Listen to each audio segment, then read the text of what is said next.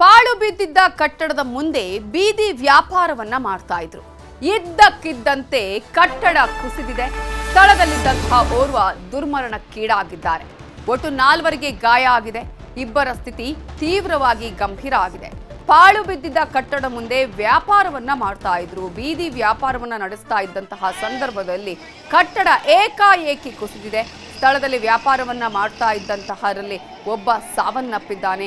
4 ಗಾಯ ಆಗಿದೆ. ಇಬ್ಬರ ಸ್ಥಿತಿ ಚಿಂತಾಜನಕವಾಗಿದೆ. ಇದು ಹಾಸನ ಜಿಲ್ಲೆ ಬೇಲೂರು ಪಟ್ಟಣದಲ್ಲಿ ನಡೆದಂತಹ ದುರಂತ. ಕಟ್ಟಡದ ಅವಶೇಷಗಳಡಿ ಹಲವರು ಸಿಲುಕಿರುವ ಶಂಕೆ ಕೂಡ ಇದೆ. ಈಗಾಗಲೇ ಕಾರ್ಯಾಚರಣೆಯನ್ನ ನಡೆಸಲಾಗ್ತಾ ಇದೆ. ಬೇಲೂರು ಪೊಲೀಸರು ಅಗ್ನಿಶಾಮಕ ಸಿಬ್ಬಂದಿ ದೌಡಾಯಿಸಿ ಅಲ್ಲಿ ಕಾರ್ಯಾಚರಣೆಯನ್ನ ಮಾಡ್ತಾ ಇದ್ದಾರೆ. ಈಗ ಈ ಒಂದು ಘಟನೆಯಲ್ಲಿ ಅಮರ್ನಾಥ್ ಅನ್ನುವಂತಹ ವ್ಯಾಪಾರಿ ಸಾವನ್ನಪ್ಪಿದ್ದಾರೆ. ನೀಲಮ್ಮ, ಶಿಲ್ಪ, ಜ್ಯೋತಿ, ನಜೀರ್ ಈ 4 ಜನರಿಗೂ ಗಾಯ ಆಗಿದೆ. ಗಾಯಾಳುಗಳನ್ನು ಆಸ್ಪತ್ರೆಗೆ ಶಿಫ್ಟ್ ಮಾಡಿದ್ದಾರೆ ಪೊಲೀಸರು. ಇನ್ನು ಅವಶೇಷಗಳಡಿ ಸಿಲುಕಿರುವವರ ರಕ್ಷಣೆಗೆ ಅಲ್ಲಿ ಹರಸಾಹಸವನ್ನ ಪಡಲಾಗ್ತಾ ಇದೆ. ಒಬ್ಬರು ಅಮರ್ನಾಥ್ ಅನ್ನುವರು ಈ ಘಟನೆಯಲ್ಲಿ ಸಾವನ್ನಪ್ಪಿದ್ದಾರೆ. ಬೀದಿ ಬದಿ ವ್ಯಾಪಾರವನ್ನ ಮಾಡ್ತಾ ಇದ್ರು. ಪಾಳು ಬಿದ್ದ ಕಟ್ಟಡದ ಮುಂದೆ ಇವರು ವ್ಯಾಪಾರವನ್ನ ಮಾಡ್ತಾ ಇದ್ದಂತಹ ಸಂದರ್ಭದಲ್ಲಿ ಏಕಾಏಕಿ ಕಟ್ಟಡ ಕುಸಿದಿದೆ. ಇದೀಗ ಮಾಹಿತಿ ಕೂಡ ಲಭ್ಯ ಆಗ್ತಾ ಇದೆ. ಇದೀಗ ಈ ಒಂದು ಸಾವಿನ ಸಂಖ್ಯೆ ಏರಿಕೆಯಾಗಿದೆ. ಸ್ಥಳದಲ್ಲೇ 3 ದುರ್ಮರಣಕ್ಕೀಡಾಗಿದ್ದಾರೆ ಅನ್ನುವಂತಹ ಅಪ್ಡೇಟ್ ಕೂಡ ಸಿಗ್ತಾ ಇದೆ. ಇದ್ದಕ್ಕಿದ್ದಂತೆ ಕಟ್ಟಡ ಕುಸಿದ ಪರಿಣಾಮವಾಗಿ 3 ಸಾವನ್ನಪ್ಪಿದ್ದಾರೆ. ಸ್ಥಳದಲ್ಲಿ ಒಟ್ಟು 4 ಗಾಯ ಆಗಿದೆ. ಇನ್ನಿಬ್ಬರ ಸ್ಥಿತಿ ಗಂಭೀರವಾಗಿದೆ, ಚಿಂತಾಜನಕವಾಗಿದೆ. ಅವರನ್ನು ಈಗಾಗಲೇ ಆಸ್ಪತ್ರೆಗೆ ದಾಖಲಿಸಿ ಚಿಕಿತ್ಸೆಯನ್ನ ನೀಡಲಾಗ್ತಾ ಇದೆ. ಇನ್ನು ಯಾರ್ಯಾರು ಇದ್ರು ಅಲ್ಲಿ ಅನ್ನೋದ್ರ ಬಗ್ಗೆ ಕೂಡ ಈಗಾಗಲೇ ಮಾಹಿತಿಯನ್ನು ಕಲೆ ಹಾಕಲಾಗ್ತಾ ಇದೆ. ಅಷ್ಟು ಮಾತ್ರ ಅಲ್ಲ, ಇನ್ನೊಂದಷ್ಟು ಜನ ಅವಶೇಷಗಳೇ ಸಿಲುಕಿರುವಂತಹ ಸಾಧ್ಯತೆ ಕೂಡ ಇದೆ. ಅದಕ್ಕಾಗಿ ರಕ್ಷಣಾ ಕಾರ್ಯಾಚರಣೆಯನ್ನ, ಶೋಧ ಕಾರ್ಯಾಚರಣೆಯನ್ನ ಈಗ ಮಾಡ್ತಾ ಇದ್ದಾರೆ. ಬಟ್ ಒಂದು ದೊಡ್ಡ ಚಾಲೆಂಜ್ ಕೂಡ ಅಲ್ಲಿ ಇದೆ ಅನ್ನೋದನ್ನ ನಾವಿಲ್ಲಿ ಗಮನಿಸಬೇಕಾಗುತ್ತೆ. ಅದುವೇ ಈಗ ಪೊಲೀಸರಿಗೆ ಆಗಿರ್ಬೋದು, ಅಗ್ನಿಶಾಮಕ ದಳದ ಸಿಬ್ಬಂದಿಗೆ ಒಂದಷ್ಟು ಕಾರ್ಯಾಚರಣೆ ಮಾಡೋದಕ್ಕೆ ಸವಾಲಾಗಿದೆ. ಯಾರಿದ್ದಾರೆ, ಇನ್ನು ಎಷ್ಟು ಜನ ಇದ್ರು ಅನ್ನೋದ್ರ ಮಾಹಿತಿಯನ್ನು ಕೂಡ ಕಲೆ ಹಾಕ್ತಾ ಇದ್ದಾರೆ. ಇದೀಗ ಪಾಳು ಬಿದ್ದ ಕಟ್ಟಡದಿಂದ ಕುಸಿದು ಬಿದ್ದ ಪರಿಣಾಮವಾಗಿ 3 ಸಾವನ್ನಪ್ಪಿದ್ದಾರೆ. 4 ಮಂದಿಯ ಸ್ಥಿತಿ ಗಂಭೀರ ಆಗಿದೆ. ಅಂದ್ರೆ ಇನ್ನೂ ಇಬ್ಬರು ತೀವ್ರವಾಗಿ ಚಿಂತಾಜನಕವಾಗಿ ಅವರ ಆರೋಗ್ಯ ಹದಗೆಟ್ಟಿದೆ. ಕಾರಣ ಗಂಭೀರವಾಗಿ ಗಾಯಗೊಂಡಿದ್ದಾರೆ. ಅವರನ್ನು ಆಸ್ಪತ್ರೆಗೆ ದಾಖಲಿಸಿ ಚಿಕಿತ್ಸೆಯನ್ನ ನೀಡಲಾಗ್ತಾ ಇದೆ. ಈಗ ರಕ್ಷಣಾ ಕಾರ್ಯಾಚರಣೆಯನ್ನ ಸಮರೋಪಾದಿಯಲ್ಲಿ ಮಾಡ್ತಾ ಇದ್ದಾರೆ ಪೊಲೀಸರಾಗಿರ್ಬೋದು, ಅಗ್ನಿಶಾಮಕ ದಳದ ಸಿಬ್ಬಂದಿ. ಬಟ್ ದೊಡ್ಡ ಮಟ್ಟದಂತಹ ಒಂದು ಹರಸಾಹಸವನ್ನೇ ಮಾಡಬೇಕಾಗುತ್ತೆ ಅವಶೇಷಗಳಡಿ ಸಿಲುಕಿರುವವರ ರಕ್ಷಣೆಗೆ ಅನ್ನುವಂತಹ ಮಾಹಿತಿ ಕೂಡ ಲಭ್ಯವಾಗ್ತಿದೆ. ಶಿಥಿಲಗೊಂಡಂಥ ವಾಣಿಜ್ಯ ಮಳಿಗೆ ಕುಸಿದು ಈಗಾಗಲೇ 2 ಸಾವಾಗಿ 4 ಜನ ಜೀವನ್ಮರಣ ನಡುವೆ ಹೋರಾಟ ಮಾಡ್ತಾ ಇದ್ದಾರೆ. ಇದು ಪುರಸಭೆಯವರು ಕಂದಾಯನ ವಸೂಲಿ ಮಾಡ್ತಾರೆ. ಬಟ್ ಬೇಲೂರಿನ ಹೃದಯ ಭಾಗ, ಬಸ್ ನಿಲ್ದಾಣದ ಮುಂಭಾಗ ಇರತಕ್ಕಂಥ ಕಟ್ಟಡ ಅಷ್ಟೊಂದು ಶಿಥಿಲಾವಸ್ಥೆ ಆದರೂ ಕೂಡ ಇವರು ಲೈಸೆನ್ಸನ್ನು ಪ್ರತಿ ವರ್ಷ ರಿನ್ಯೂವಲ್ ಮಾಡ್ತಾ ಬರೋದ್ರ ಜೊತೆಗೆ ಅಲ್ಲಿ ಇವತ್ತಿನ ಸಾವಿಗೆ ನೇರವಾಗಿ ಪುರಸಭೆನೇ ಕಾರಣ ಆಗುತ್ತೆ. ಇವತ್ತು ಮಳಿಗೆಗಳ ಹರಾಜಲ್ಲಿ ಭ್ರಷ್ಟಾಚಾರದಲ್ಲಿ ಪುರಸಭೆ ಅಧಿಕಾರಿಗಳು, ಮುಖ್ಯಾಧಿಕಾರಿ ಸೇರಿದಂತೆ ಅದರೊಳಗಡೆ ಮುಳುಗಡೆ ಆಗಿದ್ದಾರೆ ವಿನಃ ಇಲ್ಲಿ ಬೀದಿ ಬದಿ ವ್ಯಾಪಾರಿಗಳು, ಬಡವರು, ನಿರ್ಗತಿಕರು ಇವತ್ತು ಬೀದಿ ಮೇಲೆ ಪ್ರಾಣ ಕಳ್ಕೊಂಡ್ರು ಕೂಡ ಇವರಿಗೆ ಒಂದು ಒಂಥರ ಲಜ್ಜೆಗೆಟ್ಟತನವನ್ನು ಪ್ರದರ್ಶನ ಮಾಡ್ತಾರೆ ಅಂತಂದರೆ ಭಾಳ ದುರದೃಷ್ಟಕರ. ಇವತ್ತಿವರ ಸಾವಿಗೆ ನೇರವಾಗಿ ಪುರಸಭೆ ಅಧಿಕಾರಿಗಳು ಕಾರಣ ಆಗ್ತಾರೆ. ಹಾಗಾಗಿ ನಾನು ಒತ್ತಾಯ ಮಾಡ್ತೀನಿ, ಯಾರು ಸಂಬಂಧಪಟ್ಟ ಪುರಸಭೆ ಅಧಿಕಾರಿಗಳಿದ್ದಾರೆ ಅವ್ರ ಮೇಲೆ ಇವತ್ತು ಕಾನೂನು ಕ್ರಮವನ್ನು ಜರುಗಿಸಬೇಕು. ಅವ್ರ ಮೇಲೆ FIR ಹಾಕಿ ಫಸ್ಟ್ ಬಂಧನ ಮಾಡಬೇಕು. ಬೇಲೂರಿನಲ್ಲಿ ಬಸ್ ಸ್ಟ್ಯಾಂಡ್ ಮುಂಭಾಗದಲ್ಲಿರ್ತಕ್ಕಂಥ ಒಂದು ಮಳಿಗೆ 17 ಕೋಟಿ ಸಂಬಂಧಪಟ್ಟಂಥ ಒಂದು ಮಳಿಗೆ. ಈ ಮಳಿಗೆಯಲ್ಲಿ ಮಳಿಗೆ ಮುಂಭಾಗದಲ್ಲಿ ಸುಮಾರು ಜನ ವ್ಯಾಪಾರಸ್ಥರು ವ್ಯಾಪಾರ ಮಾಡ್ತಾಯಿದ್ರು.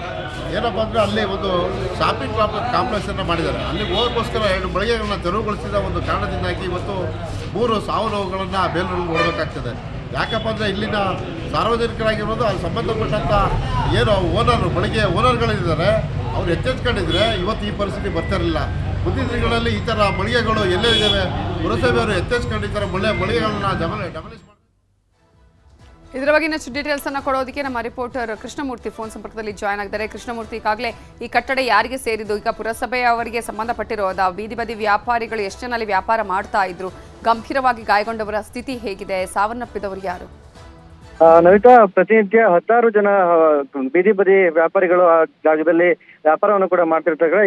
ಅಂದ್ರೆ ಇದು ಇಂದು ಕೂಡ ಬೆಳಗಿಂದ ಕೂಡ ಅಲ್ಲಿ ಸುಮಾರು 10ಕ್ಕೂ ಹೆಚ್ಚು ಜನ ಬೀದಿ ಬದಿ ವ್ಯಾಪಾರಿಗಳು ತರಕಾರಿ ಆಗಿರ್ಬೋದು ಇನ್ನಿತರ ವಸ್ತುಗಳನ್ನ ಮಾರಾಟವನ್ನು ಕೂಡ ಮಾಡ್ತಿದ್ದಾರೆ. ಆ ಸಂದರ್ಭದಲ್ಲಿ ಈಗ ಸುಮಾರು 12ರಿಂದ 12:30 ಸಂದರ್ಭಕ್ಕೆ ಆ ಕಟ್ಟಡ ಶಿಥಿಲಾವಸ್ಥೆಗೊಂಡಿದ್ದಂತಹ ಕಟ್ಟಡದ ಮೇಲ್ಚಾವಣಿ ದಿಢೀರಾಗಿ ಕುಸಿದಂತ ಪರಿಣಾಮದಿಂದಾಗಿ ಅಲ್ಲಿದ್ದಂತಹ ಐದು ಜನರಿಗೆ ಗಂಭೀರ ಗಾಯ ಆಗುತ್ತೆ. ಅದರಲ್ಲಿ ಮೊದಲನೇದಾಗಿ ಅಮರ್ನಾಥ್ ಎಂಬಂತವರು ಸಾವನ್ನಪ್ಪಿದ್ದಾರೆ. ನಂತರದಲ್ಲಿ ಜ್ಯೋತಿ ಮತ್ತು ನಜೀರ್ ಎಂಬಂತವರು 3 ಜನ ಈಗ ಅಲ್ಲಿ ಸಾವನ್ನಪ್ಪಿದ್ದಾರೆ. ಇನ್ನು ಇಬ್ಬರ ಸ್ಥಿತಿ ಚಿಂತಾಜನಕ ಆಗಿದೆ. ಅವರನ್ನು ಕೂಡ ಹಾಸನದ ಹಿಮ್ಸ್ ಆಸ್ಪತ್ರೆಗೆ ರವಾನೆ ಮಾಡಲಾಗಿದೆ. ಅವರಿಬ್ಬರು ಕೂಡ ಗಂಭೀರ ಗಾಯಗೊಂಡಿದ್ದು ಅವರ ಪರಿಸ್ಥಿತಿ ಕೂಡ ಬದುಕುಳಿಯುವುದು ಕಷ್ಟ ಎಂಬಂತ ಮಾಹಿತಿನ ಈಗ ವೈದ್ಯಾಧಿಕಾರಿಗಳು ನಮಗೆ ಮಾಹಿತಿನ ನೀಡ್ತಾ ಇದ್ದಾರೆ. ಆದ್ರೆ ಈ ಕಟ್ಟಡವನ್ನ ಅನೇಕ ವರ್ಷಗಳಿಂದ ಪಾಳು ಬಿದ್ದಿದ್ರು ಕೂಡ ಅಲ್ಲಿನ ಪುರಸಭೆಯವರು ತೆರವುಗೊಳಿಸ್ತಾ ಇರ್ತಕ್ಕಂಥ ವಿಚಾರದಲ್ಲಿ ಅಲ್ಲಿನ ಸ್ಥಳೀಯರು ಕೂಡ ಆಕ್ರೋಶನ ಈಗಾಗಲೇ ಹೊರ ಹಾಕ್ತಿದ್ದಾರೆ. ಪುರಸಭೆಯ ಅಧಿಕಾರಿಗಳ ನಿರ್ಲಕ್ಷ್ಯ ಈ ಘಟನೆಗೆ ಕಾರಣ ಎಂಬಂತ ಆಕ್ರೋಶ ಸ್ಥಳೀಯರಲ್ಲಿ ಕೇಳಿ ಬರ್ತಿರ್ತಕ್ಕಂಥದ್ದು. ಈ ಹಿಂದೆ ಕೂಡ ಪುರಸಭೆಯವರಿಗೆ ಈ ವಿಚಾರವಾಗಿ ಹಲವಾರು ಬಾರಿ ಮನವಿಯನ್ನು ಕೂಡ ಮಾಡಲಾಗಿತ್ತು. ಈ ಕಟ್ಟಡ ಶಿಥಿಲಾವಸ್ಥೆಗೊಂಡಿದೆ, ಶೀಘ್ರವಾಗಿ ಈ ಕಟ್ಟಡವನ್ನು ತೆರವುಗೊಳಿಸಬೇಕು ಎಂಬಂತ ಮನವಿಯನ್ನು ಕೂಡ ಅಲ್ಲಿಯ ಸ್ಥಳೀಯರು ಮಾಡಿದ್ರು. ಆದ್ರೆ ಪುರಸಭೆ ಅಧಿಕಾರಿಗಳ ನಿರ್ಲಕ್ಷ್ಯದಿಂದಾಗಿ ಈ ಒಂದು ಘಟನೆ ಈಗ ಇವತ್ತು ಜರುಗಿರ್ತಕ್ಕಂಥದ್ದು. 3 ಜನರ ಪ್ರಾಣವನ್ನ ಪುರಸಭೆ ಅಧಿಕಾರಿಗಳೇ ಈಗ ಕಿತ್ಕೊಂಡಿದ್ದಾರೆ ಎಂಬಂತ ವಿಚಾರವನ್ನ ಈಗ ಸ್ಥಳೀಯರು ಹೇಳ್ತಿರ್ತಕ್ಕಂಥದ್ದು. ಒಟ್ಟಾರೆಯಾಗಿ ಬೇಲೂರು ಪಟ್ಟಣದಲ್ಲಿರ್ತಕ್ಕಂಥ ಈ ಒಂದು ಮಳಿಗೆ ಸತ್ಯನಾರಾಯಣ ಎಂಬಂತವರಿಗೆ ಸೇರಿದೆ. ಅದು ಸುಮಾರು 20-25 ವರ್ಷಗಳಿಂದ ನ್ಯಾಯಾಲಯದಲ್ಲಿ ಇರ್ತಕ್ಕಂಥ ವ್ಯಾಜ್ಯ ಇರ್ತಕ್ಕಂಥ ಹಿನ್ನೆಲೆಯಲ್ಲಿ ಅದರಲ್ಲಿ ಯಾವುದೇ ರೀತಿಯಿಂದ ಚಟುವಟಿಕೆಗಳನ್ನ ನಡೆಸ್ತಾ ಇಲ್ಲ. ಈ ಹಿನ್ನೆಲೆಯಲ್ಲಿ ಆ ಬಿಲ್ಡಿಂಗ್ ಪಾಳು ಬಿದ್ದಿತ್ತು. ಅದೇ ಈ ಪಾಳು ಬಿದ್ದಂತಹ ಕಟ್ಟಡದ ಅಡಿಯಲ್ಲಿ ಪ್ರತಿನಿತ್ಯ ಬೀದಿ ಬದಿ ವ್ಯಾಪಾರಿಗಳು ವ್ಯಾಪಾರವನ್ನು ಕೂಡ ಮಾಡ್ಕೊಂಡ್ ಬರ್ತಿದ್ರು. ಈ ಹಿನ್ನೆಲೆ ಇವತ್ತು ಕೂಡ ಅದೇ ರೀತಿಯ ವ್ಯಾಪಾರ ಮಾಡುವ ಸಂದರ್ಭದಲ್ಲಿ ಈ ಒಂದು ದುರ್ಘಟನೆ ನಡೆದಿದ್ದು. ಘಟನೆಯಲ್ಲಿ 3 ಜನ ಸಾವನ್ನಪ್ಪಿದ್ದಾರೆ. ಈ ಘಟನೆಗೆ ಮತ್ತು ಕಾರಣ ಎಂಬಂತದ್ದು ಈಗ ಬೆಳಕಿಗೆ ಬರ್ತಿರ್ತಕ್ಕಂಥದ್ದು. ನವಿತಾ, ಈಗ ಯಾರಾದ್ರೂ ಒಳಗಡೆ ಇದಾರ, ಏನಾದ್ರು ಅಂದ್ರೆ ಒಳಗಡೆ ಸಿಕ್ಕಾಕೊಂಡಿರೋದ್ರ ಬಗ್ಗೆ ಏನಾದ್ರು ಮಾಹಿತಿ ಸಿಗ್ತಾ ಇದೆಯಾ ಹೇಗೆ? ಈಗ ಆ ಕಟ್ಟಡದ ಒಳಗಡೆ ಸಿಗಿ ಹಾಕೊಂಡಿರ್ತಕ್ಕಂಥ 5 ಜನರನ್ನ ಹೊರತೆಗೆದಾಗಿದೆ. 5 ಜನರಲ್ಲಿ 3 ಜನ ಈಗಾಗಲೇ ಪಡ್ಕೊಳ್ತೀನಿ. ಕೃಷ್ಣಮೂರ್ತಿ, ಈಗ ನಮ್ ಜೊತೆ ಸ್ಥಳೀಯರಾಗಿರುವಂತಹ ಚಂದ್ರು ಅವರು ಫೋನ್ ಸಂಪರ್ಕದಲ್ಲಿ ಜಾಯ್ನ್ ಆಗಿದ್ದಾರೆ. ಚಂದ್ರು ಅವರೇ ನಮಸ್ತೆ. ನಮಸ್ಕಾರ ಮೇಡಮ್. ಚಂದ್ರು ಅವರು, ಎಷ್ಟು ವರ್ಷದಿಂದ ಈ ರೀತಿಯಾಗಿ ಈ ಒಂದು ಕಟ್ಟಡ ಹಾಗೆ ಪಾಳು ಬಿದ್ದಿತ್ತು? ಈಗ ಪುರಸಭೆಗೆ ಮಾಹಿತಿ ಕೊಟ್ಟರು ಕೂಡ ಈಗ ಸಾವು ಆಗುವವರಿಗೆ ಇವರು ಸಾವು ಆಗ್ಲಿ ಅಂತ ಏನಾದ್ರು ಕಾಯ್ತಾ ಇದ್ರಾ ಹೇಗೆ ಅಂತ ಹೇಳಿ? ಮೇಡಮ್, ಇದು ಹೆಚ್ಚು ಕಡೆ ಒಂದು 25-28 ವರ್ಷದಿಂದ ಹಂಗೆ ಪಾಳು ಬಿದ್ದಿದೆ ಮೇಡಮ್. ಅದು ಆಕ್ಚುಲಿ ಅಣ್ಣ ತಮ್ಮದ್ರು ಕೋಟೆಗೆ ಬಿದ್ದಿರೋ ಜಾಗ. ಅದು ಸತ್ಯನಾರಾಯಣ ಗೌಡ್ರು ಅಂತ ಹೇಳ್ಬಿಟ್ಟು ಅವ್ರದ್ದು ಜಾಗ. ಅದು ಅವರು ಕೋಟೆಗೆ ಬಿದ್ದಿರೋದ್ರಿಂದ ಅದು ಆ ಜಾಗ ಕೋರ್ಟಲ್ಲಿ ಇದೆ. ಆ ಜಾಗ ಅವರೇನು ಮಳಿಗೆಗಳನ್ನ ಓಪನ್ ಮಾಡಿಲ್ಲ ಕೋರ್ಟಲ್ಲಿ ಇರೋದ್ರಿಂದ. ಅದು ಮುಂದ್ಗಡೆ ಸಜ್ಜೆರ ಜಾಗದಲ್ಲಿ ಇವರು ವ್ಯಾಪಾರ ಮಾಡ್ತಾ ಇದ್ರು, ಹಣ್ಣಿನ ವ್ಯಾಪಾರಿಗಳನ್ನ ಮತ್ತೆ ತರಕಾರಿ, ಹೂವು. ಅದು ಮುಂದ್ಗಡೆ ಪುರಸಭೆ ಫುಟ್ಪಾತಿ ಬರುತ್ತೆ, ಅದು ಅಲ್ಲಿ ವ್ಯಾಪಾರ ಮಾಡ. ಅದ್ರ ಜೊತೆಗೆ ಅದರಿಂದ ಒಳಗಡೆ ಒಂದು ಬಟ್ಟೆ ಅಂಗಡಿನ ಓಪನ್ ಮಾಡಿದ್ದಾರೆ. ಅದ್ರೊಳಗಡೆ ಒಂದು ಶಾಪಿಂಗ್ ಕಾಂಪ್ಲೆಕ್ಸ್ ಮಾಡ್ತಾರಲ್ಲ ಆ ಟೈಪ್ ಶೆಡ್ ಹಾಕ್ಬಿಟ್ಟು ಅಲ್ಲಿ 2 ಮಳಿಗೆನ ತೆರವುಗೊಳಿಸಿದ್ರು. ಆ ತೆರವುಗೊಳಿಸಿದ ಪರಿಣಾಮ ಈ ಸಜ್ಜೆ ಕುಸಿಯಕ್ಕೆ ಕಾರಣ ಆಗಿದೆ ಮೇಡಮ್. ಅದು ಅದು ಬಸ್ ಸ್ಟ್ಯಾಂಡ್ ಎದುರುಗಡೆ ಇರೋದ್ರಿಂದ ಇದಕ್ಕೆ ಪುರಸಭೆಯವರು ಆಕ್ಚುಲಿ ಬಂದು ನೋಡ್ಬೇಕಿತ್ತು, ಎಲ್ಲೆಲ್ಲಿ ಯಾವ ತರದ್ದು ಇದಾಗಿದೆ ಅಂತ ಅವರು ನೋಡ್ಬಿಟ್ಟು ಮಾಡ್ಬೇಕಿತ್ತು. ಅವರು ಮಾಡಿಲ್ಲ. ಓನರು ಅವರು ಇಲ್ಲ, ಈಗ ತೀರ್ಕೊಂಡಿದ್ದಾರೆ ಸತ್ಯನಾರಾಯಣ ಗೌಡ್ರು ಅಂತ. ಅವ್ರ ಮಗ ಒಬ್ನೇ ಇರೋದು. ಈಗ ಸಂಬಂಧಪಟ್ಟಂತ ಇಲ್ಲೆಲ್ಲ ವ್ಯಾಪಾರ ಮಾಡ್ತಾ ಇದ್ದಾರೆ. ಎಷ್ಟು ಜನ ಅಲ್ಲಿ ನಾರ್ಮಲ್ ಆಗಿ ಬೀದಿ ಬದಿ ವ್ಯಾಪಾರಿಗಳು ಎಷ್ಟು ಜನ ಇರ್ತಾರೆ ಅಲ್ಲಿ? ಮೇಡಮ್, ಅಲ್ಲಿ ಒಂದು ಹಣ್ಣಿನ ಅಂಗಡಿ, ಇನ್ನೊಂದು ಮಳಿಗೆ, ಅದ್ರ ಜೊತೆಗೆ ಅಲ್ಲಿ ಅದ್ರಗಡೆ ಹೂವು, ತರಕಾರಿ ಅವನ್ನೆಲ್ಲ ಅದ್ರ ಎದುರುಗಡೆ ಇಟ್ಕೊಂಡಿದ್ದಾರೆ ಮೇಡಮ್. ಅದ್ರ ಮುಂದಕ್ಕೆ ಮೇಲ್ಚಾವಣಿ ಟೈಪು ಹಾಕಂತಾರಲ್ಲ ಅದನ್ನ ಹಾಕೊಂಡಿದ್ದಾರೆ. ಅದು ವೆಯ್ಟ್ ಜಾಸ್ತಿ ಆಗಿ ಕುಸ್ತಿದೆ ಮೇಡಮ್. ಅದು ಆಕ್ಚುಲಿ ಅದು ಗಾರೆನ ಹಾಕಿಲ್ಲ, ಅದು ಸಿಮ್ಮೆ ಬರೀ ಇಟ್ಟಿಗೆಯಿಂದ ಮಣ್ಣಿನ ಇಟ್ಟಿಗೆಯಿಂದ ಕಟ್ಟಿರೋಂತ ಗೋಡೆ ಅದು ಮೇಡಮ್. ಅದ್ರ ಹಿಂದ್ಗಡೆದು ಸೀಟ್ ಹಾಕಿದ್ದಾರೆ. ಅದಕ್ಕೆ ಮುಂದ್ಗಡೆ ಸಜ್ಜೆ ಹಾಕ್ಬಿಟ್ಟು ಅದ್ ಹಿಂದ್ಗಡೆ ಸೀಟ್ ಹಾಕಿರೋದ್ರಿಂದ ಅದು ಸ್ಟ್ರೆಂತ್ ಇಲ್ದೆಲ್ಲ ಕುಸ್ತಿದೆ ಮೇಡಮ್. ಅದು ಓಕೆ ಅಲ್ಲ, ಇದೊಂದು ಆಲ್ಮೋಸ್ಟ್ ನೋಡಿದವ್ರಿಗೆ ಗೊತ್ತಾಗ್ತಿತ್ತು ಅನ್ಸುತ್ತೆ. ಯಾಕಂದ್ರೆ ಯಾವತ್ತಾದ್ರೂ ಇದೊಂದು ಒಂದ್ಸಲ ಡೇಂಜರೇ ಇದು ಅಂತ ಹೇಳಿ ಅಟ್ಲೀಸ್ಟ್ ಇನ್ಫಾರ್ಮ್. ಖಂಡಿತ ಅದು ಗೊತ್ತಾಗ್ತಿತ್ತು. ಅದ್ರ ಹಿಂದ್ಗಡೆನೆ ಸೀಟ್ ಹಾಕಿರ್ತಂತ ಮಳಿಗೆಗಳಿದಾವೆ. ಆ ಮಳಿಗೆಗೆ ಸೀಟ್. ಚಂದ್ರ, ಓಕೆ, ಅವರ ಸಂಪರ್ಕ ಕಟ್ ಆಗಿದೆ. ಈಗಾಗಲೇ ಹೇಳ್ತಾ ಇದ್ರು ಸ್ಥಳೀಯರಾಗಿರುವ ಚಂದ್ರ ಅವರು, 20-25 ವರ್ಷಗಳ ಹಿಂದಿನ ಕಟ್ಟಡ ಇದು, ಪಾಳು ಬಿದ್ದಿತ್ತು, ವ್ಯಾಜ್ಯ ಇತ್ತು ಕೋರ್ಟ್ನಲ್ಲಿ. ಹಾಗಾಗಿ ಆ ಕಟ್ಟಡದಲ್ಲಿ ಏನು ಕೆಲಸ ಆಗ್ತಾ ಇರಲಿಲ್ಲ. ಅದರ ಮುಂಭಾಗದಲ್ಲಿ ಇನ್ನೊಂದು ಕಟ್ಟಡ ಕಾಂಪ್ಲೆಕ್ಸ್ ಕೂಡ ರೆಡಿ ಆಗಿತ್ತು, ಬಟ್ಟೆ ಅಂಗಡಿ ಕೂಡ ಇತ್ತು. ಇಂಥ ಸಂದರ್ಭದಲ್ಲಿ ಅದರ ಕೆಲಸಕ್ಕೆ ಹೋಗಿ ಈಗ ಈ ಒಂದು ಕಟ್ಟಡ ಕುಸಿಯುವಂತಾಗಿದೆ. ಇದ್ರ ಬಗ್ಗೆ ಪುರಸಭೆಗೆ ಮಾಹಿತಿಯನ್ನು ನಾವು ತಲುಪಿಸಿದ್ವಿ. ಆದರೂ ಕೂಡ ಇದರ ಬಗ್ಗೆ ಪುರಸಭೆ ಅವರು ಯಾವುದೇ ರೀತಿಯ ಕ್ರಮವನ್ನು ಕೈಗೊಂಡಿರಲಿಲ್ಲ. ಇದೀಗ ನೋಡಿ, ಒಂದು ಸಣ್ಣ ನಿರ್ಲಕ್ಷ್ಯ, ಪ್ರಾಣವನ್ನೇ ಕಸಿಯುವ ರೀತಿಯಾಗಿ ಆಗುತ್ತೆ.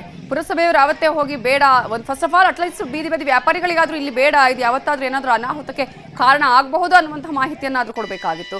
ಇಲ್ಲಿ ಬೇಡ ಅಂತ ಹೇಳಿ ಬೇರೆ ಪ್ಲೇಸ್ ಅನ್ನಾದ್ರೂ ಅವ್ರಿಗೆ ನಿಗದಿ ಮಾಡಬೇಕಾಗಿತ್ತು, ಅಥವಾ ಈ ಒಂದು ಪಾಳು ಬಿದ್ದ ಕಟ್ಟಡವನ್ನ ತೆರವು ಮಾಡುವಂಥ ಕೆಲಸವನ್ನಾದ್ರೂ ಮಾಡಬೇಕಾಗಿತ್ತು. ಚಂದ್ರು ಅವರು ನೀವು ಹೇಳ್ತಾ ಇದ್ರಿ ಅಂದ್ರೆ ಸಾಕಷ್ಟು ಜನ ಅಲ್ಲಿ ಬೀದಿ ಬದಿ ವ್ಯಾಪಾರಿಗಳು ವ್ಯಾಪಾರವನ್ನ ಮಾಡ್ತಿದ್ರು ಅಂತ ಹೇಳಿ, ಯಾರಾದ್ರೂ ಒಳಗೆ ಸಿಕ್ಕಾಕೊಂಡಿರಬಹುದಾ?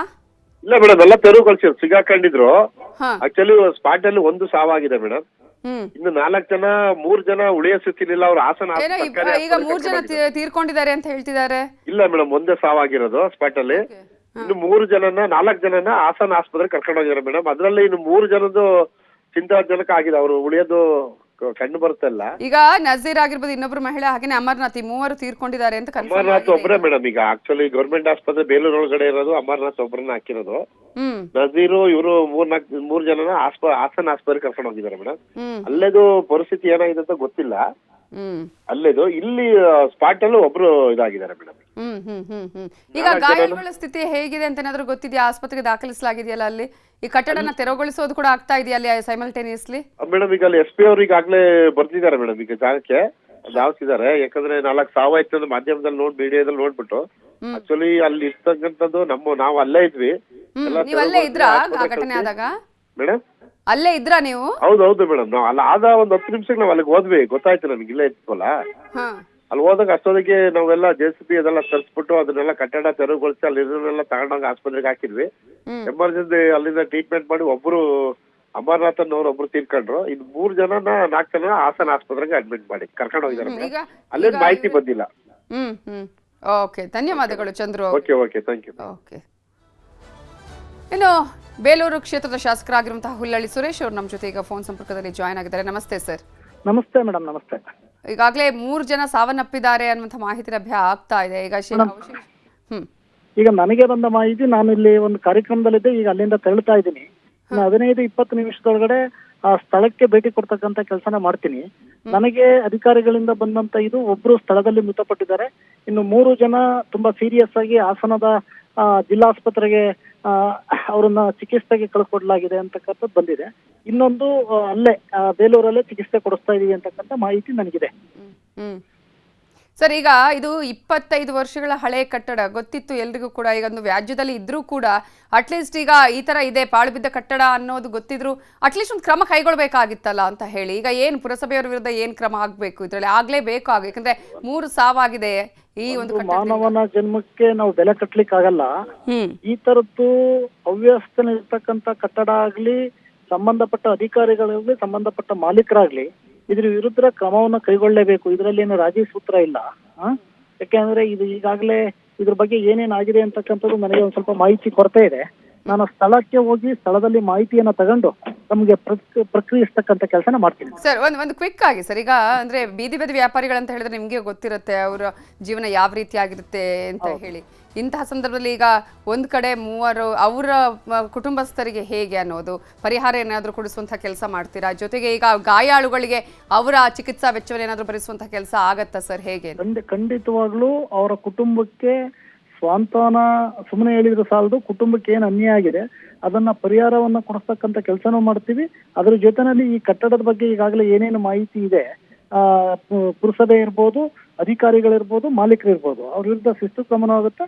ಒಂದು ಪರಿಹಾರವನ್ನು ಕೊಡಿಸ್ತಕ್ಕಂಥ ಕೆಲಸನ ಖಂಡಿತವಾಗ್ಲೂ ಮಾಡ್ತೀನಿ ಮೇಡಮ್. ಓಕೆ, ನೀವೀಗ ಸ್ಥಳಕ್ಕೆ ಹೋಗ್ತಾ ಇದ್ದೀರಾ ಸರ್? ಸ್ಥಳಕ್ಕೆ ಹೋಗ್ತಾ ಇದ್ದೀನಿ ಮೇಡಮ್. ಓಕೆ, ನಾನು ಬೆಳಗ್ಗೆನೂ ಅಲ್ಲಿಂದಲೇ ಬಂದಿದ್ದೆ.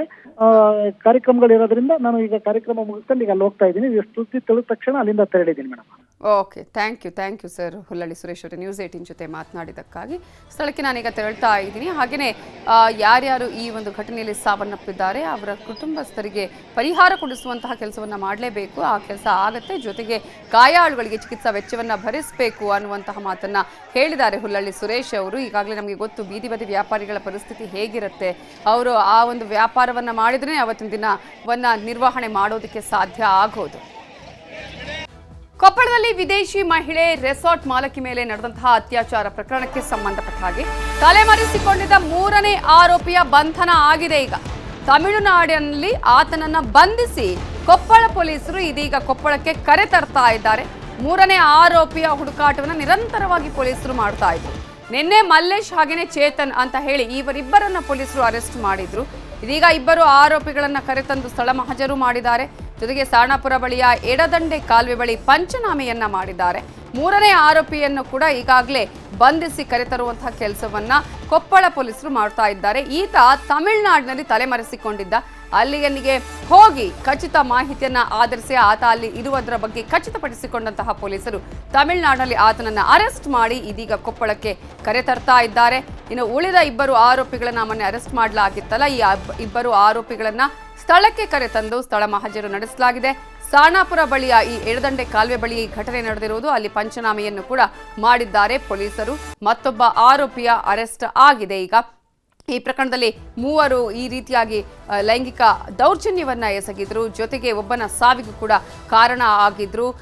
ಯಾರು ಈ ಒಂದು ಪ್ರಕರಣವನ್ನು ತಪ್ಪಿಸೋದಕ್ಕೆ ಹೋಗಿದ್ರು ಅವರನ್ನೇ ಕಾಲುವೆಗೆ ದೂಡಿ ಮೂವರಲ್ಲಿ ಒಬ್ಬ ಸಾವನ್ನಪ್ಪಿದ್ದಾನೆ. ಅದರಲ್ಲಿ ಇಬ್ಬರು ಬದುಕುಳಿದಿದ್ರು. ಆದರೆ ಇಬ್ಬರ ಮೇಲೆ ಲೈಂಗಿಕ ದೌರ್ಜನ್ಯವನ್ನ ಕೂಡ ನಡೆಸಿದ್ರು. ಈ ಒಂದು ಪ್ರಕರಣಕ್ಕೆ ಸಂಬಂಧಪಟ್ಟ ಹಾಗೆ ಇದೀಗ ಪೊಲೀಸರು ತೀವ್ರವಾಗಿ ತನಿಖೆಯನ್ನ ಕೈಗೊಂಡಿದ್ದಾರೆ.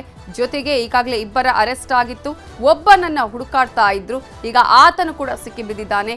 ಆತ ತಮಿಳುನಾಡಿನಲ್ಲಿ ಇದ್ದ ಅನ್ನುವಂತಹ ಖಚಿತ ಮಾಹಿತಿಯನ್ನ ಆಧರಿಸಿ ಅಲ್ಲಿಗೆ ಹೋದಂತಹ ಕೊಪ್ಪಳ ಪೊಲೀಸರು ಈಗ ಆತನನ್ನ ಅರೆಸ್ಟ್ ಮಾಡಿ ಕರೆತರ್ತಾ ಇದ್ದಾರೆ.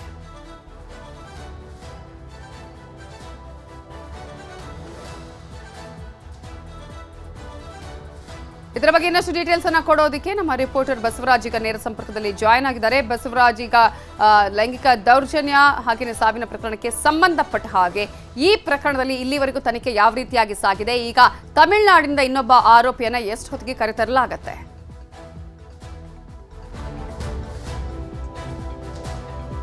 ನವಿತಾ, ಮಾರ್ಚ್ 6ರಂದು ಅಂದರೆ ತಡರಾತ್ರಿ 11 ಗಂಟೆ ಸುಮಾರಿಗೆ ನಡೆದಿರತಕ್ಕಂಥ ಕೊಪ್ಪಳ ಜಿಲ್ಲೆ ಗಂಗಾವತಿ ತಾಲೂಕಿನ ಏನು ಸಾಣಾಪುರ ಕೆರೆ ಬಳಿ ಎಡದಂಡೆ ಕಾಲುವೆ ಬಳಿ ಇರತಕ್ಕಂಥ ಏನು ಘಟನೆ ಇದೆ, ಈ ಇಡೀ ಘಟನೆ ಒಂದು ರೀತಿಯಲ್ಲಿ ದೇಶವನ್ನೇ ತಲೆತಗ್ಗಿಸುವಂತಹ ಘಟನೆ ಕೂಡ ನಡೆದಿರ್ತಕ್ಕಂಥದ್ದು.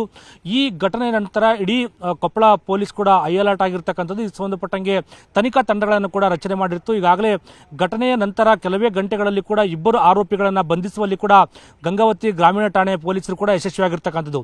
ಈಗ ಮತ್ತೊಬ್ಬ ಆರೋಪಿಗಾಗಿ ಒಂದು ಹುಡುಕಾಟವನ್ನು ಕೂಡ ನಡೆಸಿದ್ರು. ಈಗ ಸಿಕ್ಕಿರ್ತಕ್ಕಂಥ ಮಾಹಿತಿ ಪ್ರಕಾರ ಮತ್ತೋರ್ವ ಆರೋಪಿ ಕೂಡ ತಮಿಳುನಾಡಲ್ಲಿ ಕೂಡ ವಶಕ್ಕೆ ಪಡೆದುಕೊಂಡು ಆತನ ತಮಿಳುನಾಡಿನಿಂದ ಕೂಡ ಈಗ ಕೊಪ್ಪಳ ಜಿಲ್ಲೆಗೆ ಕರೆತರ್ತಾ ಇದ್ದಾರೆ ಅನ್ನೋ ಮಾಹಿತಿ ಕೂಡ ಸಿಗ್ತಾ ಇದೆ.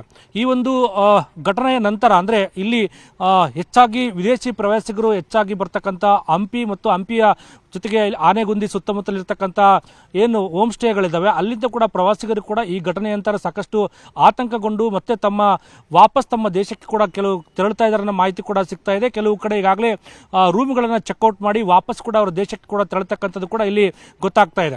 ಅದರ ಜೊತೆಗೆ ಈಗಾಗಲೇ ಇಬ್ಬರು ಆರೋಪಿಗಳನ್ನು ಕೂಡ ಘಟನಾ ಸ್ಥಳಕ್ಕೆ ಕರೆದುಕೊಂಡೋಗಿ ಅಂದರೆ ಗಂಗಾವತಿ ಗ್ರಾಮೀಣ ಠಾಣೆಯ ಪೊಲೀಸರು ಕೂಡ ಈಗ ಅವರನ್ನ ಪಂಚನಾಮೆಯನ್ನು ಮುಗಿಸಿ ಮತ್ತೆ ಅವರನ್ನ ಮೆಡಿಕಲ್ ಟೆಸ್ಟ್ ಆದ ನಂತರ ಅವರನ್ನ ಪಂಚನಾಮೆ ಮುಗಿಸಿ ಈಗ ಅವರನ್ನ ಮತ್ತೆ ವಾಪಸ್ಸು ಹೆಚ್ಚಿನ ವಿಚಾರಣೆಗೆ ಠಾಣೆಗೆ ಕೂಡ ಕರೆದುಕೊಂಡು ಹೋಗಿರ್ತಕ್ಕಂಥದ್ದು.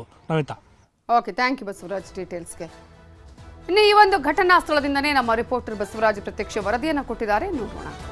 ಈಗ ಕೊಪ್ಪಳ ಜಿಲ್ಲೆ ಗಂಗಾವತಿ ತಾಲೂಕಿನ ಸಾಣಾಪುರ ಲೇಕ್ ಏನಿದೆ, ಸಾಣಾಪುರ ಕೆರೆ ಬಳಿ ಇರತಕ್ಕಂಥ ಎಡದಂಡೆ ಕಾಲುವೆ ಬಳಿ ಇದಿವೆ. ಇದೇ ಎಡದಂಡೆ ಕಾಲುವೆ ಬಳಿ ಈ ಒಂದು ಘಟನೆ ಕೂಡ ನಡೆದಿರ್ತಕ್ಕಂಥದ್ದು. ಇದು ಈಗಾಗಲೇ ಎಡದಂಡೆ ಕಾಲುವೆ ನೋಡ್ತಿರ್ಬೋದು, ಸಾಕಷ್ಟು ಹೆಚ್ಚಿನ ಪ್ರಮಾಣದಲ್ಲಿ ಒಂದು ನೀರನ್ನು ಕೂಡ ಬಿಟ್ಟಿರ್ತಕ್ಕಂಥದ್ದು. ಆದರೆ ಇದೇ ಒಂದು ಕಾಲುವೆಯ ದಂಡೆಯ ಮೇಲೆ ವಿದೇಶಿ ಮಹಿಳೆ ಜೊತೆಗೆ ಒಬ್ರು ಅಮೆರಿಕದ ವ್ಯಕ್ತಿ ಜೊತೆಗೆ ಮಹಾರಾಷ್ಟ್ರ ಒರಿಸ್ಸಾ ಮೂಲದ ಓರ್ವ ವ್ಯಕ್ತಿ, ಒಟ್ಟು 3 ಜನ ಪುರುಷರು, ಮತ್ತೊಂದು ಕಡೆ ವಿದೇಶಿ ಮಹಿಳೆ, ಇಲ್ಲಿನ ಸ್ಥಳೀಯ ಹೋಮ್ ಸ್ಟೇ ಮಾಲೀಕಿ ಕೂಡ ಒಟ್ಟು 5 ಜನ ಕೂಡ ಅವರು ಅಂದ್ರೆ ಹನುಮನಹಳ್ಳಿ ಹೋಮ್ ಸ್ಟೇಯಲ್ಲಿ ಸ್ಟೇ ಆಗಿದ್ರು. ಆ ಒಂದು ಹೋಮ್ ಸ್ಟೇ ಮಾಲೀಕರಾದಂಥವ್ರನ್ನ ಇವ್ರನ್ನ ಏನು 4 ಜನ ಟೂರಿಸ್ಟ್ ಏನಿದ್ದಾರೆ ಇವ್ರನ್ನ ಊಟ ಆದ ನಂತರ ವಾಯು ವಿಹಾರಕ್ಕೆ ರಾತ್ರಿ 10:30 ಸುಮಾರಿಗೆ ಈ ಒಂದು ಎಡದಂಡೆ ಕಾಲುವೆ ಬಳಿ ಕೂಡ ಕರೆದುಕೊಂಡು ಬಂದಿರತಕ್ಕಂಥದ್ದು. ಇದೇ ಎಡದಂಡೆ ಕಾಲುವೆ ಬಳಿ ಕೂತು ಅವರು ಗಿಟಾರ್ ಅನ್ನ ಬಾರಿಸುತ್ತಾ ಸಂಗೀತವನ್ನು ಕೂಡ ಕೇಳಿಕೊಂಡು ಇಲ್ಲಿ ಒಂದು ಇದು ಮಾಡ್ತಿರ್ತಾರೆ. ಆದರೆ ಅಂತ ಸಂದರ್ಭದಲ್ಲಿ ಅಂದ್ರೆ ಸುಮಾರು 10:30 ಸುಮಾರಿಗೆ ಇದೇ ನಾವೀಗ ಎಡಗಡೆ ತೋರಿಸ್ತಾ ಇದೀವಲ್ಲ, ಇದೇ ಎಡಗಡೆ ರಸ್ತೆಯಿಂದ ಅಂದ್ರೆ ಸಾಣಾಪುರದಿಂದ ಬರ್ತಕ್ಕಂಥ ರಸ್ತೆ ಮಾರ್ಗವಾಗಿ 3 ಜನ ಯುವಕರು ಕೂಡ ಇದೇ ರಸ್ತೆ ಮಾರ್ಗವಾಗಿ ಒಂದೇ ಬೈಕಲ್ಲಿ 3 ಜನ ಯುವಕರು ಕೂಡ ಈ ಒಂದು ಸ್ಥಳಕ್ಕೆ ಕೂಡ ಬರ್ತಾರೆ.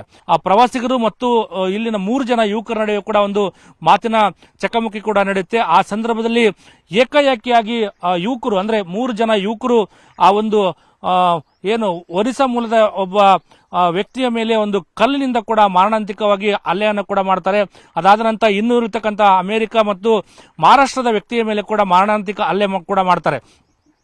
ಅವರಿಗೆ ಕಲ್ಲಿನಿಂದ ಕೂಡ ಬಲವಾದಂತ ಏಟನ್ನು ಕೂಡ ಹೊಡಿತಾ ಇದ್ದಾರೆ. ನಾವು ಈ ಕಲ್ಲನ್ನು ಕೂಡ ನೋಡ್ತಿರ್ಬೋದು. ಅಂದ್ರೆ ಕಲ್ಲಿ ಕೂಡ ರಕ್ತದ ಒಂದು ಕಲೆಗಳು ಕೂಡ ಆಗಿರ್ತಕ್ಕಂಥದ್ದು. ಅಂದ್ರೆ ಬಲವಾಗಿ ಕಲ್ಲಿನಿಂದ ಅವರಿಗೆ ತಲೆಗೆ ಮತ್ತು ಮೂಗಿಗೆ ಕೂಡ ಬಲವಾಗಿ ಒಂದು ಕಲ್ಲಿನಿಂದ ಏಟನ್ನು ಹೊಡಿತಾರೆ. ಏಟನ್ನ ಹೊಡೆದ ನಂತರ ಇದೇ ಎಡದಂಡೆ ಕಾಲುವೆ ಏನಿದೆ, ಇದೇ ಎಡದಂಡೆ ಕಾಲುವೆಗೆ ಅವರನ್ನ ತಳ್ಳಲ್ಪಡ್ತಾರೆ. ಅಂದ್ರೆ ಮೂವರನ್ನು ಕೂಡ ಇದೇ ಎಡದಂಡೆ ಕಾಲುವೆ ಕೂಡ ಅವ್ರನ್ನ ತಳ್ಳಲ್ಪಡ್ತಾರೆ. 3 ಜನ ಕೂಡ ನೀರಲ್ಲಿ ಕೊಚ್ಚಿಕೊಂಡು ಹೋಗ್ತಾರೆ.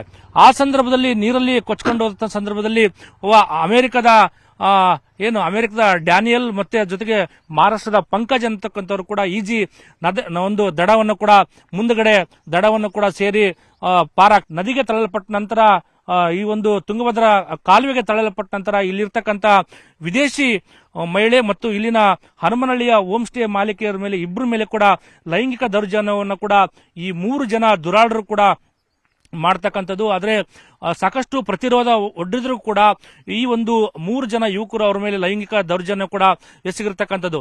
ಆದ್ರೆ ಎಸಗಿದ ನಂತರ 3 ಜನ ಯುವಕರು ಕೂಡ ಪಾನಮತ್ತರಾಗಿದ್ರು ಅನ್ನೋದು ಕೂಡ ಇಲ್ಲಿ ಕೇಳಿ ಬರ್ತಕ್ಕಂಥದ್ದು. ಜೊತೆಗೆ ಮದ್ಯ ಸೇವನೆ ಜೊತೆಗೆ ಇವರು ಗಾಂಜಾವನ್ನು ಕೂಡ ತೆಗೆದುಕೊಂಡಿದ್ರು ಅನ್ನೋ ಗಂಭೀರ ಆರೋಪಗಳು ಕೂಡ ಕೇಳಿ ಬರ್ತಕ್ಕಂಥದ್ದು. ಯಾಕೆಂದ್ರೆ ಈಗಾಗಲೇ ಇಬ್ಬರು ಆರೋಪಿಗಳನ್ನು ಕೂಡ ಈಗಾಗಲೇ ಗಂಗಾವತಿಯ ಗ್ರಾಮೀಣ ಠಾಣೆಯ ಪೊಲೀಸರು ಕೂಡ ಇಬ್ಬರು ಆರೋಪಿಗಳನ್ನು ಕೂಡ ಬಂಧನ ಮಾಡಿರ್ತಕ್ಕಂಥದ್ದು. ಇನ್ನಿರತಕ್ಕಂಥ ಆರೋಪಿಗಾಗಿ ಈಗಾಗಲೇ ಪೊಲೀಸರು ಕೂಡ ಒಂದು ಹುಡುಕಾಟವನ್ನು ಕೂಡ ನಡೆಸಿರ್ತಕ್ಕಂಥದ್ದು. ಆದರೆ ಈ ಒಂದು ಘಟನೆ ವಿದೇಶಿ ಪ್ರವಾಸಿಗರಲ್ಲಿ ಕೂಡ ಒಂದು ರೀತಿಯ ಆತಂಕವನ್ನ ಉಂಟು ಮಾಡಿದೆ ಅಂತ ಹೇಳ್ಬೋದು. ಸಾಣಾಪುರದಿಂದ ಕ್ಯಾಮರಾಮನ್ ವೆಂಕಟೇಶ್ ಜೊತೆ ಬಸವರಾಜನಹಳ್ಳಿ, ನ್ಯೂಸ್ 18 ಕೊಪ್ಪಳ. ಗೋಲ್ಮಾಲ್ ನಟಿ ರನ್ಯಾ ಕುರಿತ ಸ್ಫೋಟಕ ಸುದ್ದಿ ಇದು. ರನ್ಯಾ ನಿರ್ದೇಶಕಿಯಾಗಿರುವ ಕಂಪನಿಗೆ ಸರ್ಕಾರಿ ಜಮೀನು ಮಂಜೂರಾಗಿದೆ. ಬರೋಬ್ಬರಿ 12 ಎಕರೆ ಜಮೀನನ್ನ ಕೆಐಎಡಿಬಿ ಕೊಟ್ಟಿದೆ. ಈಗಾಗಲೇ ಗೋಲ್ಡ್ ಸ್ಮಗ್ಲಿಂಗ್ ಪ್ರಕರಣಕ್ಕೆ ಸಂಬಂಧಪಟ್ಟ ಹಾಗೆ ಬಂಧನದಲ್ಲಿರುವಂತಹ ನಟಿ ರನ್ಯಾ ರಾವ್ ಅವರ ನಿರ್ದೇಶಕಿಯಾಗಿರುವಂತಹ ಕಂಪನಿಗೆ ಸರ್ಕಾರಿ ಜಮೀನನ್ನ ಕೆಐಎಡಿಬಿ ನೀಡಿದೆ. ಕೆಸಿರೋಡಾ ಇಂಡಿಯಾ ಪ್ರೈವೇಟ್ ಲಿಮಿಟೆಡ್ ನಿರ್ದೇಶಕಿ ರನ್ಯಾ ರಾವ್ 2023ರಲ್ಲಿ ಕೆಐಎಡಿಬಿಯಿಂದ 12 ಎಕರೆ ಜಮೀನು ಮಂಜೂರಾಗಿದೆ. ತುಮಕೂರು ಜಿಲ್ಲೆಯ ಶಿರಾ ಬಳಿ ಇರುವಂತಹ ಈ ಒಂದು ಕಂಪನಿ ಇದು. ರಾಜಕಾರಣಿಗಳ ಕೃಪೆಯಿಂದಲೇ ಭೂಮಿ ಮಂಜೂರಾಗಿದೆಯಾ ಅನ್ನುವಂತಹ ಪ್ರಶ್ನೆ ಈ ಆಯಾಮದಲ್ಲೂ ಕೂಡ ಸಿಬಿಐ ತನಿಖೆ ನಡೆಸುವಂತಹ ಸಾಧ್ಯತೆ ಇದೆ. ಈಗಾಗಲೇ ಪ್ರಕರಣದ ತನಿಖೆಯನ್ನ ಸಿಬಿಐ ನಡೆಸುತ್ತಿದೆ. ಇದೇ ವಿಚಾರಕ್ಕೆ ಸಂಬಂಧಪಟ್ಟ ಹಾಗೆ ಇನ್ನಷ್ಟು ಡೀಟೇಲ್ಸ್ ಅನ್ನು ಕೊಡೋದಕ್ಕೆ ನಮ್ಮ ರಿಪೋರ್ಟರ್ ಮುನಿರಾಜು ಫೋನ್ ಸಂಪರ್ಕದಲ್ಲಿ ಜಾಯ್ನ್ ಆಗಿದ್ದಾರೆ. ಮುನಿರಾಜು, ಈಗಾಗಲೇ ಗೋಲ್ಡ್ ಸ್ಮಗ್ಲಿಂಗ್ ಪ್ರಕರಣಕ್ಕೆ ಸಂಬಂಧಪಟ್ಟ ಹಾಗೆ ಸಿಬಿಐ ತನಿಖೆ ಯಾವ ರೀತಿಯಾಗಿ ಸಾಗ್ತಾ ಇದೆ, ಏನೆಲ್ಲ ಅಂಶಗಳು ಬೆಳಕಿಗೆ ಬಂದಿದೆ ಈ ಸಂದರ್ಭದಲ್ಲಿ? ನವಿತಾ,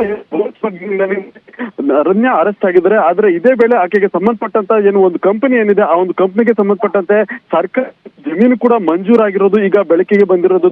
ಏನು ರನ್ಯಾ ನಿರ್ದೇಶಕಿ ಆಗಿರುವಂತಹ ಒಂದು ಕಂಪನಿ ತುಮಕೂರಿನ ಒಂದು ಶಿರಾ ಬಳಿ ಇರೋದು. ಆ ಒಂದು ಕಂಪನಿಗೆ 2023ರಲ್ಲಿ ಸುಮಾರು 12 ಎಕರೆ ಜಮೀನನ್ನ ಕೆಐಎಡಿಬಿಯಿಂದ ಮಂಜೂರು ಮಾಡಲಾಗಿರೋದು ಕೂಡ ಈಗ ಗೊತ್ತಾಗಿದೆ. ಅದು ಯಾವ ರೀತಿ ಮಂಜೂರಾಯಿತು ಮತ್ತೆ ಆ ಒಂದು ಜಮೀನನ್ನ ಮಂಜೂರು ಮಾಡೋದಕ್ಕೆ ಏನಾದ್ರು ಪ್ರಭಾವಿಗಳ ಒಂದು ಒತ್ತಡ ಇತ್ತ ಅಥವಾ ಪ್ರಭಾವಿಗಳ ಒಂದು ಅಧಿಕಾರವನ್ನು ಬಳಸಿಕೊಂಡು ಜಮೀನನ್ನು ಮಂಜೂರು ಮಾಡಲಾಗಿದೆ ಅನ್ನೋ ಒಂದು ಅನುಮಾನ ಕೂಡ ಈಗ ಉಂಟಾಗ್ತಾ ಇದ್ದು, ಈ ಬಗ್ಗೆ ಕೂಡ ಸಿಬಿಐ ಮತ್ತೆ ಡಿಆರ್ಐ ಅಧಿಕಾರಿಗಳು ತನಿಖೆ ನಡೆಸುವಂತ ಸಾಧ್ಯತೆ ಇದೆ. ಯಾಕಂದ್ರೆ ಆಕೆ ಗೋಲ್ಡ್ ಸ್ಮಗ್ಲಿಂಗ್ ನಲ್ಲಿ ಈಗಾಗಲೇ ಅರೆಸ್ಟ್ ಆಗಿದ್ದಾರೆ. ಮತ್ತೆ ಇದಕ್ಕೆ ಸಂಬಂಧಪಟ್ಟಂತೆ ಆಕೆ ಎಷ್ಟು ವರ್ಷಗಳಿಂದ ಈ ಒಂದು ಪ್ರಕರಣದಲ್ಲಿ ಭಾಗಿಯಾಗಿದ್ರು ಅನ್ನೋದ್ರ ಬಗ್ಗೆ ಕೂಡ ತನಿಖೆ ನಡೀತಾ ಇದೆ. ಇದೇ ವೇಳೆ ಈ ಒಂದು ಜಮೀನಿಗೆ ಸಂಬಂಧಪಟ್ಟಂತೆ ಮತ್ತೆ ಆಕೆ ಕಂಪನಿ ನಿರ್ದೇಶಕ ಏನಾಗಿದ್ದಾರೆ ಆ ಒಂದು ಕಂಪನಿಗೆ ಸಂಬಂಧಪಟ್ಟಂತೆ ಕೂಡ ತನಿಖೆ ನಡೆಸುವಂತ ಸಾಧ್ಯತೆಗಳಿದ್ದು ಅದ್ರ ಬಗ್ಗೆ ಕೂಡ ಈಗ ಅಧಿಕಾರಿಗಳು ಮಾಹಿತಿಯನ್ನ ಕಲೆ ಹಾಕುವಂತ ಸಾಧ್ಯತೆ ಇದೆ. ನವಿತಾ, ಓಕೆ, ಈಗಾಗಲೇ ಕೆಐಎಡಿಬಿ ಈಗ 2023ರಲ್ಲಿ ಜಮೀನನ್ನ ಕೊಟ್ಟಿತ್ತು. ಆ ಸಂದರ್ಭದಲ್ಲಿ ಯಾವೆಲ್ಲ ಅಂಶಗಳನ್ನು ಪರಿಗಣನೆ ತೆಗೆದುಕೊಂಡು ನೀಡಲಾಗಿತ್ತು, ಜೊತೆಗೆ ಯಾರಿದ್ರು ಏನು ಅನ್ನೋದ್ರ ಬಗ್ಗೆ ಅವರನ್ನು ಕೂಡ ವಿಚಾರಣೆಗೊಳಪಡಿಸುವಂತಹ ಸಾಧ್ಯತೆ ಇದೆಯಾ, ಹೇಗೆ ಈ ಪ್ರಕರಣದಲ್ಲಿ? ಖಂಡಿತ ನವಿತಾ, ಯಾಕಂದ್ರೆ ಈಗಾಗಲೇ ಈ ಒಂದು ಪ್ರಕರಣಕ್ಕೆ ಸಂಬಂಧಪಟ್ಟಂತೆ ಏನಾದ್ರು ಸಿಬಿಐ ಅಥವಾ DRI ಅಧಿಕಾರಿಗಳು ತನಿಖೆಯನ್ನ ಕೈಗೆತ್ತಿಕೊಂಡ್ರೆ ಆ ಒಂದು ಸಂದರ್ಭದಲ್ಲಿ ಈಕೆಗೆ ಯಾವ ರೀತಿ ಮಂಜೂರು ಮಾಡಲಾಗಿತ್ತು ಮತ್ತೆ ಮಂಜೂರು ಮಾಡಲು ಬಳಕೆ ಮಾಡಿರುವಂತಹ ಮಾನದಂಡಗಳು ಏನು ಅನ್ನೋದನ್ನು ಕೂಡ ಗಮನಕ್ಕೆ ತರ್ತಾರೆ. ಮತ್ತೆ ಆ ಒಂದು ಸಂದರ್ಭದಲ್ಲಿ ಅಧಿಕಾರಿಗಳಿಗೆ ಏನಾದ್ರು ಒತ್ತಡ ಹಾಕುವಂಥದ್ದು, ಪ್ರಭಾವಿ ವ್ಯಕ್ತಿಗಳೇನಾದ್ರು ಈ ಒಂದು ಜಮೀನನ್ನ ಮಂಜೂರು ಮಾಡೋದಕ್ಕೆ ಒಂದು ಅವ್ರೇನಾದ್ರು ಮುಂದಾಗಿದ್ರ ಅನ್ನೋ ವಿಚಾರಗಳ ಬಗ್ಗೆ ಕೂಡ ತನಿಖೆಯನ್ನ ಕೈಗೆತ್ತಿಕೊಳ್ತಾರೆ. ಮತ್ತೆ ಇದರ ಹಿಂದೆ ಏನಾದ್ರು ಬೇರೆ ವ್ಯಕ್ತಿಗಳ ಕೈವಾಡ ಇರೋದ್ರ ಬಗ್ಗೆ ಕೂಡ ಅನುಮಾನಗಳೇನಾದ್ರು ವ್ಯಕ್ತವಾದಲ್ಲಿ ಅಂತವರನ್ನ ಪತ್ತೆ ಮಾಡುವಂತ ಕೆಲಸವನ್ನು ಕೂಡ ಮಾಡ್ತಾರೆ. ಆ ಸಲುವಾಗಿ ಈಗ ಈ ಒಂದು ವಿಚಾರದ ಬಗ್ಗೆ ಕೂಡ ತನಿಖೆಯನ್ನ ನಡೆಸೋದಕ್ಕೆ ಸಿಬಿಐ ಅಥವಾ DRI ಅಧಿಕಾರಿಗಳು ಮುಂದಾಗಬಹುದು. ಯಾಕಂದ್ರೆ ಆದಾಯದ ಮೂಲಗಳನ್ನ ಕೆದಕ್ತಾ ಹೋದಾಗ ಒಂದೊಂದಾಗಿ ಬೇರೆ ಬೇರೆ ಒಂದು ವಿಚಾರಗಳು ಕೂಡ ಬೆಳೆಸಿರ್ತವೆ. ಅದರಿಂದ ಆದಾಯದ ಮೂಲಗಳನ್ನ ಈ ಒಂದು ಕಂಪನಿ ಮುಖಾಂತರವೂ ಕೂಡ ಏನಾದ್ರು ಆದಾಯ ಇದೆಯಾ ಇಲ್ವಾ ಅನ್ನೋದ್ರ ಬಗ್ಗೆ ಕೂಡ ತನಿಖೆ ನಡೆಸುವಂತ ಸಾಧ್ಯತೆ ಇದೆ. ಆ ನಿಟ್ಟಿನಲ್ಲಿ ಈ ಒಂದು KDB ಅಂತ ಏನ್ ಮಂಜೂರಾಗಿದೆ ಆ ಒಂದು 12 ಎಕರೆ ಜಮೀನಿಗೆ ಸಂಬಂಧಪಟ್ಟಂತೆ ಕೂಡ ತನಿಖೆ ನಡೆಸುವಂತ ಸಾಧ್ಯತೆಗಳು ಇದೆ ನವಿತಾ. Thank you Muniraju ಡೀಟೇಲ್ಸ್ಗೆ.